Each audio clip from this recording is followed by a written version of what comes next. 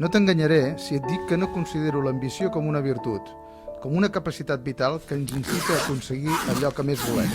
En tot moment necessitem buscar el nostre camí i sentir aquella onada de satisfacció que diuen que s'experimenta en el moment àlgic de la realització personal. A vegades estem al precipici de la glòria i del fracàs, però hem d'arriscar. Hem d'apostar per allò que volem arribar a aconseguir, sense por, ser valents. Segurament ens ho pagarem, ens caurem i ens tornarem a caure. Segurament ballarem al límit de l'error i del triomf, però no oblidem que les persones amb èxit són aquelles que tard o d'hora han sabut escollir la decisió encertada. Sovint, l'ambició i el menyspreu van agafades de la mà. No sabem valorar el que tenim al voltant, el que ens ha ensenyat a créixer, el que ha pogut intervenir en ser com som. Mirem enrere amb una certa cara d'impassibilitat, sense adonar-nos que el que hem pogut viure fins aleshores ha estat el verdader triomf. Volia ser el jugador més gran de la història del bàsquet. Volia aparèixer en totes les primeres planes dels diaris esportius d'arreu on anés. Volia sentir com milers de persones aclamaven el meu nom entre una sintonia imprecisa de trompetes i tambors. Vaig dir adéu al que fins aleshores havia estat casa meva, el que fins aleshores m'havia vist créixer. Mai vaig saber acomiadar-me com calia. Ara que l'arruga, els cabells blancs i l'experiència de la vida han picat ja a la meva porta, passejo per aquells patis mal asfaltats, amb dutxes que gairebé ni surt aigua, i quan surt, la meitat dels cops és freda, per què enganyar-nos? Veig les mateixes cistelles que fa 30 anys. Pilotes que han perdut la seva forma rodona inicial i han passat a tenir una altra forma geomètrica. Murs de ciment que ens donen milers d'ensurts cada temporada. Cadires que podrien ser perfectament del segle XVIII. Però, i què? Al mateix pati mal asfaltat, veig nens que gairebé ni tenen 5 anys que amb il·lusió intenten fer la seva primera cistella. Veig joves que s'ho passen bé.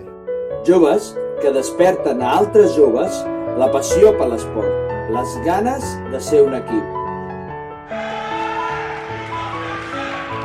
Joves que s'abracen i salten d'alegria gràcies a una victòria a l'últim segon. Joves que ploren decepcionats per una derrota que no mereixien. No tan joves que animen fermament aquells que lluiten a cada segon per defensar els seus colors. Aficionats que des dels balcons de casa seva miren el camp cada dissabte a la tarda. Monges que espien tot el que es fa al llarg de la setmana. Però per sobre de tot veig un club, ja no només de bàsquet, veig un club de gent, una reunió d'amics. Veig gent que, tot i el pas dels anys, segueix considerant el Roser el seu punt de trobada. Veig una història. I us asseguro que el meu fill no cometrà el mateix error que jo. El Roser és una casa que marca la seva identitat i no permetré, per res del món, que mai deixi de creure en ella. Aquesta serà, sens dubte, una decisió encertada, el meu triomf.